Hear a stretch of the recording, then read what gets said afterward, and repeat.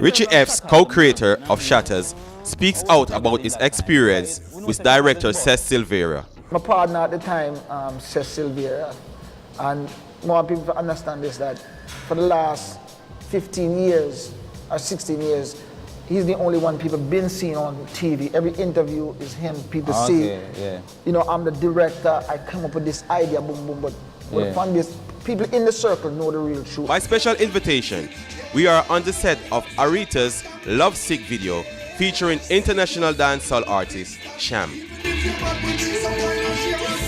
Caribbean Film Academy Cinema Nights, Diaspora Film screening at Brooklyn Commons. You're watching Come Chat With Me, a Caribbean lifestyle magazine, and I'm your host, Ziggie Bless. The co-creator of the 2001 film Shottas, Richie Effs, discloses detailed allegations of financial dishonesty against the film's director, Silvera. Richard Effs is a producer and actor known for Shottas 2002 and A Miami Love Story in 2017. After years of alleged misuse of funds by Silvera, Richie is planning to finally capitalize on the movies that he and his late friend Keith Dean conceptualized that portrayed their lives as young Jamaican gangsters. Wyclef Jean, Louis Rankin, Shottas. Everybody know Richie Effs as the co-creator of Shottas, big, iconic cult movie. You know what I mean? Shot in Jamaica and Miami.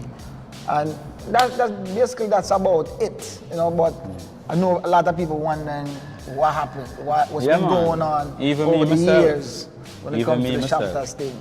Back then, no, the amount of money we know we used to do the street thing, came up with the idea, and everybody would know we just decide we put them name and take stories from people's past and people's life and put in it, because the character Richie Effs, where Wyclef played, I being supposed to play myself. Oh, you was originally supposed to play in the movie? Yeah, because when we did the movie, it was we never think about this movie I got big. This global or this big.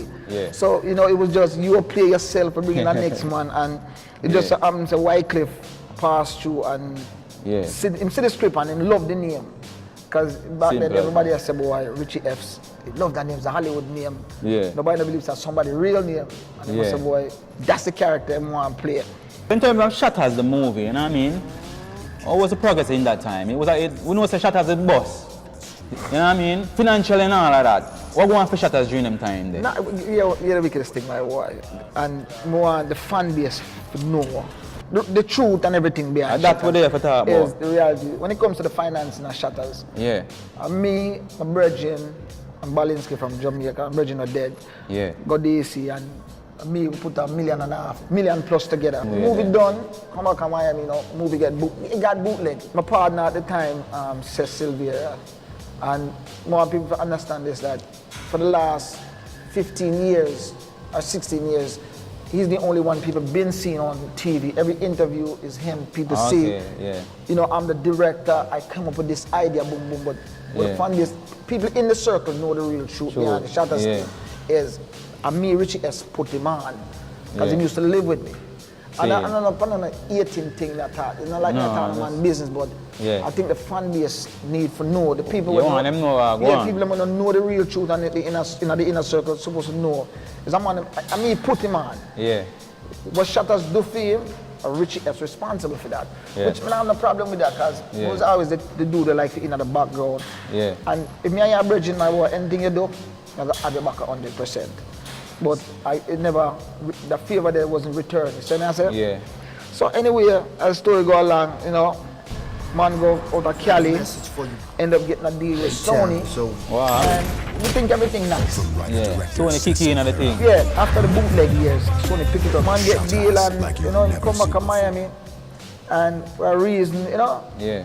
still asking, you know, what's up, you know what I mean, how the money thing, and, you know, I'm giving the talk, you know, Sony invest some money, and them, you know, ain't nobody gonna get no money until Sony recruit their money. You know what I mean? And it was cool.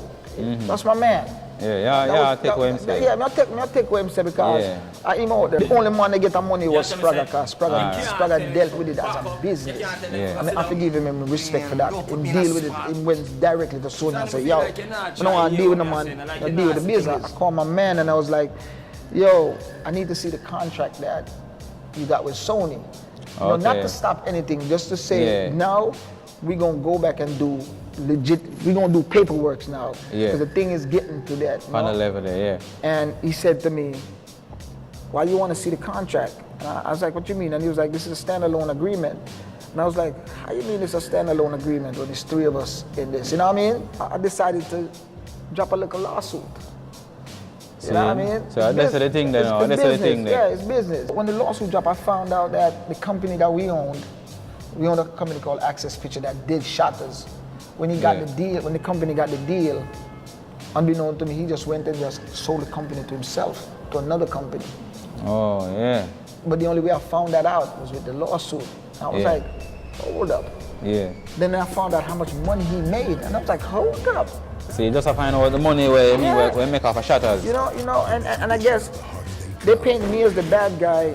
I'm the one holding up all of this, but I ain't holding up nothing because they can't be a Shottas too until this thing is settled. When you come out with this at this time, you know what I mean? What you want to be the final solution of the whole problem? Listen, I wouldn't even call it a solution. The reason I'm doing this, like I told you earlier, is ain't nobody really heard me talk more than people that's close.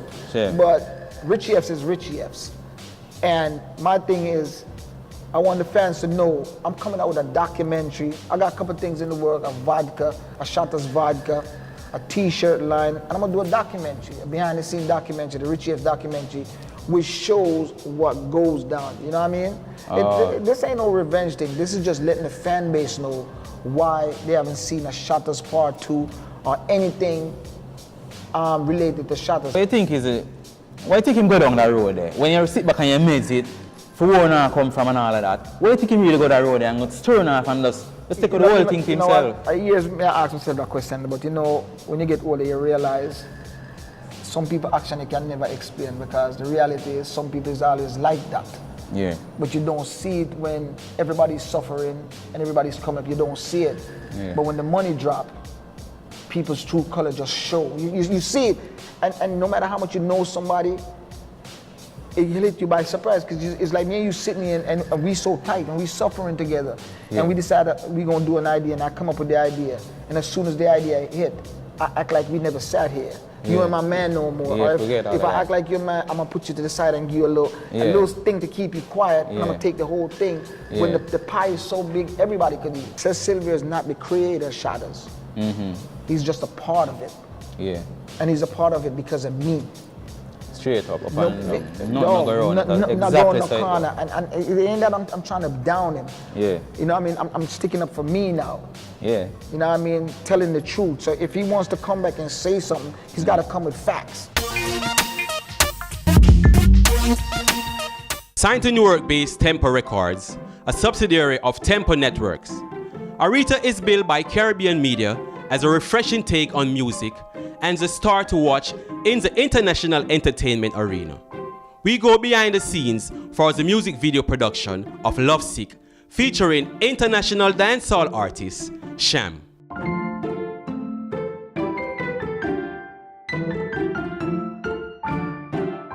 By way of introduction, this is Russell Santos.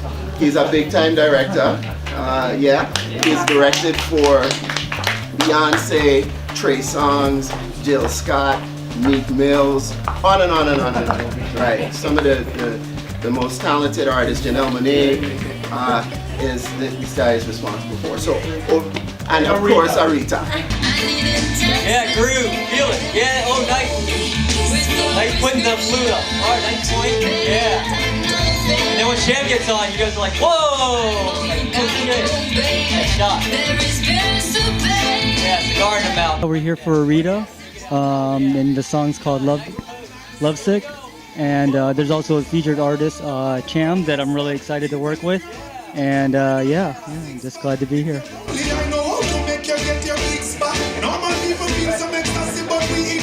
I think first of all is just to have a love for storytelling, whether it's with music or whether it's with drawing, with a pencil or with paint. I just happen to choose a camera. Yeah, we should smoke though. We're having our smoke. Next time we gotta get our smoke going. Yeah, get smoke. Yeah, get smoke. Background you're on? You're on the camera? No, don't look at the camera. Alright, go for it. Follow him. Get Cham. Even if you're mad, we'll drink some wine and share a six-pack. Cham the read. There we go. To make you get your eats back. Normal people feel some ecstasy, but we eclipse that. I will make you feel electric. I need to see more Cham to get it straight. Yeah, you gotta give me a 50-50. You gotta get it. Give your shit back up and down. Too much on Arita. She is probably one of the most talented people or persons that I've ever met. Her poise, her voice, her entire package says that the Caribbean is ready for the world. And so I think she's going to represent the Caribbean in particular in an amazing way. She's going to be a breath of fresh air in a situation where sometimes the music is going in a place where, it's a bit negative. So I'm very excited for what she's going to bring to the world. We plan to take her as far as her talents can take her, and we believe that's to the stars and above. She's a very hard worker and manageable. So she has really all the qualities for superstardom. I read an article the other day by Hype magazine, and they said that she is a mixture of Beyonce, touched with Whitney Houston, with some Rihanna. So it's a tall order, but I believe she can definitely accomplish all. The name of the video is called Lovesick. It's actually the title song on my album. It's a fusion of all genres in one. So you'd hear a little jazz, you'd hear a little soul, you'd hear calypso, soca, reggae, dancehall. So me being a lover of music, to fuse all in one. I mean, when you hear the song or you see the video, you would realize that it is all fused in one, and that's what's different about this particular song. It's my baby, I love it. Lovesick, featuring dancehall, international dancehall artists. Baby Cham. Yeah. Ladies, you already know. Well, hell was my home, and me and mama bed was a big piece of foam. We're shooting the movie. It's not a video, it's a movie for Arita's new single, Lovesick, which is the title track for her upcoming album. So we're here, I'm all gangstered up, dappered up, 1920s. Yeah, they got nothing on me. Lawless to me, alright, we're like citizens of this world with no borders or boundaries. As our creative juices flow, we go wherever and do whatever we have to do to promote whatever we are promoting. In this case, it's my music. Center, yeah, nice.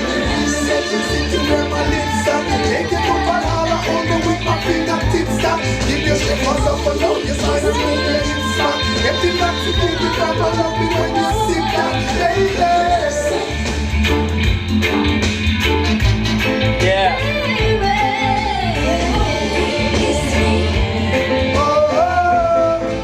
To the bow.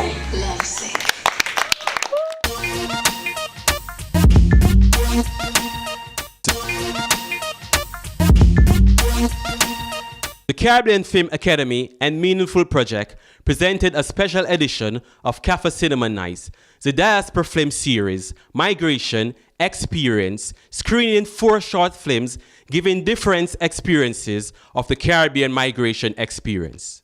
A discussion followed.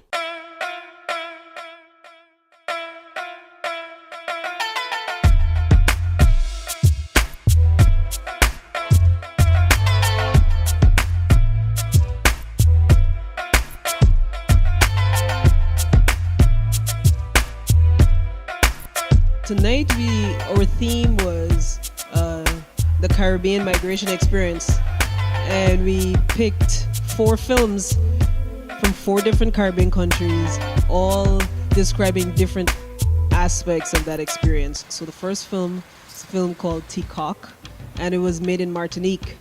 And it's a story that described, what the life a little boy led after his mother left to go to France and left him with his grandmother. And what their relationship was like while he was there with her, and then what their relationship was like after he left to join his mother in France. If you were born and raised in a particular place, you want to see yourself and your family advancing. Mm-hmm. And if you don't see it, then you leave. The reason why I think a lot of people make the decision, even when our parents or our mother migrated or they left, is for that same reason, finances. My dad's sister, who is 96 now, the only one that's alive, explained to us why, what happened. She said, back in those days, we don't ask any question. And if we asked, we wouldn't get an answer. I didn't even know there was a term called barrel children. I thought that was me. I thought that was my experience. The second film is a film called Yolanda by a Puerto Rican filmmaker. His name is Christian Carretero. And that film described, or told the story of a woman who's migrating from the Dominican Republic to Puerto Rico. It's hazardous. It's, a part of the trip is overland, a part of it is by sea, and there's no guarantee that people leaving the DR will make it to Puerto Rico. But in her case, she actually needed to make this trip. So the film just basically explored what it took for her to leave and what the journey was like for her to get to Puerto Rico. After we were reunited, we had a lot of problems bonding. I should say I had a lot of difficulties bonding with my mother again because there were trust issues on my end. There were a lot of other elements that kind of composed the straining our relationship.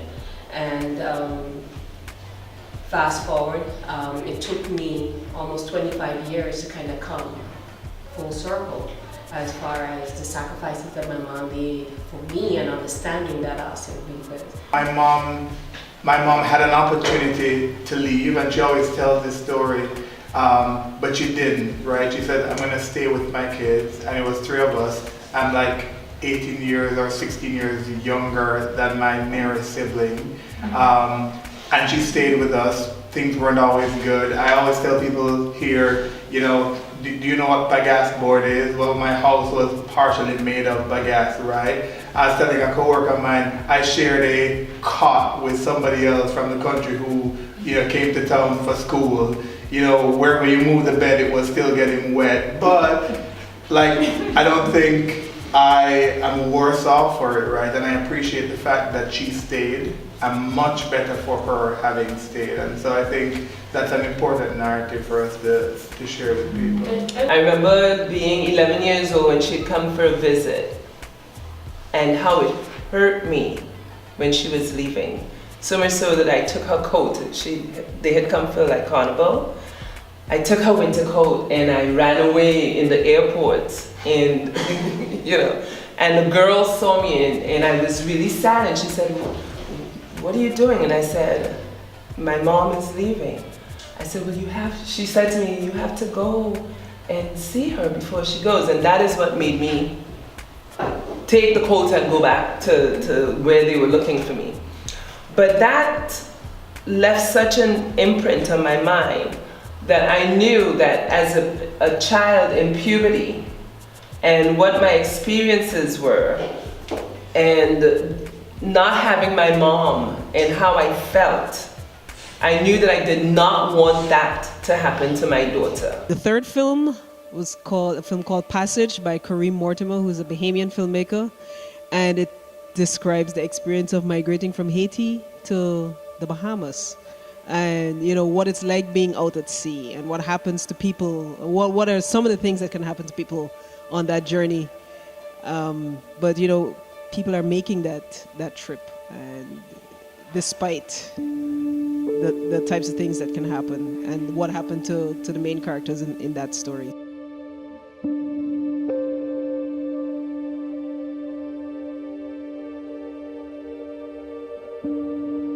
The last film is a film called Scars of Our Mother's Dreams by Mashaida Philip, and that's a Grenadian film, and it basically is a documentary that looks at, you know, what happens to children after their parents leave. What Scars of Our Mother's Dreams. So our mothers and fathers are leaving to pursue their dreams in other countries, and they leave their children behind. And the film just takes a really in-depth look at what happens to those children who get left behind. So I went in search of answers. Scars of Our Mother's Dreams were inspired by my own personal story, and I was in search of finding answers to see if there were any other individuals out there who shared similar experiences like I did. And I basically went back to Grenada in search of answers. If you want to see films by Caribbean filmmakers telling our stories, seeing ourselves on screen, hearing our accents in these films, and just having that kind of access to films of filmmakers in New York, come out to our screening series. We have the Caribbean Film Series at BAM, which in 2018 we'll be showing films in February, April, June, and November, and then we'll have the Cinema Nights, which people need to just follow us on, or subscribe to our website, caribbeanfilm.org, or follow us on social media. We're Caribbean Film everywhere on Facebook, Twitter, Instagram, to get information on when we're showing films. But we'll be showing films practically every month of the year.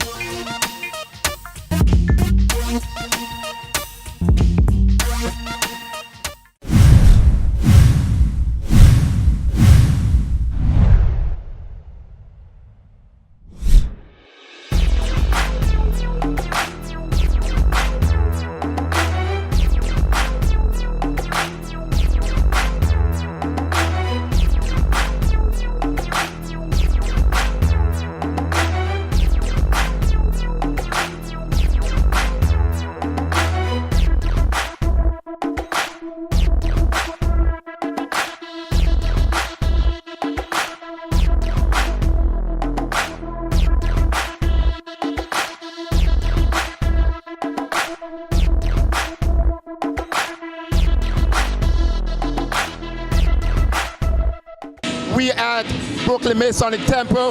We have a Yaman Where Angel Can Fly by Peter GISCOMBE. The show was amazing. The show started around maybe 10 o'clock.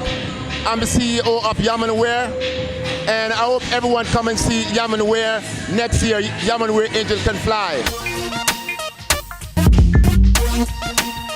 Thanks for watching Come Chat With Me. See you next week. Stay connected with Come Chat With Me. Like us on Facebook. Follow us on Twitter and Instagram. Them mad cause them pre-way on top. Paris, Canada, stand no ovation. Fans, give me applause. Them mad coming out to support when I'm doing. Not one for them, they immature. They picture them live like me and you. Want the fame and the money and be in love too, like me and you, yeah. Hate for my dress and the way me dress. Them my bad mind in the process. Hate for my girl cause she sexy. The mothers and the bodies in the forest. Yeah, when we there I been there. Them say, that got the box in and out place there. Yeah, I know them sweat with. They ask for autograph, yeah, I hate it but I sign it. Simply Kels,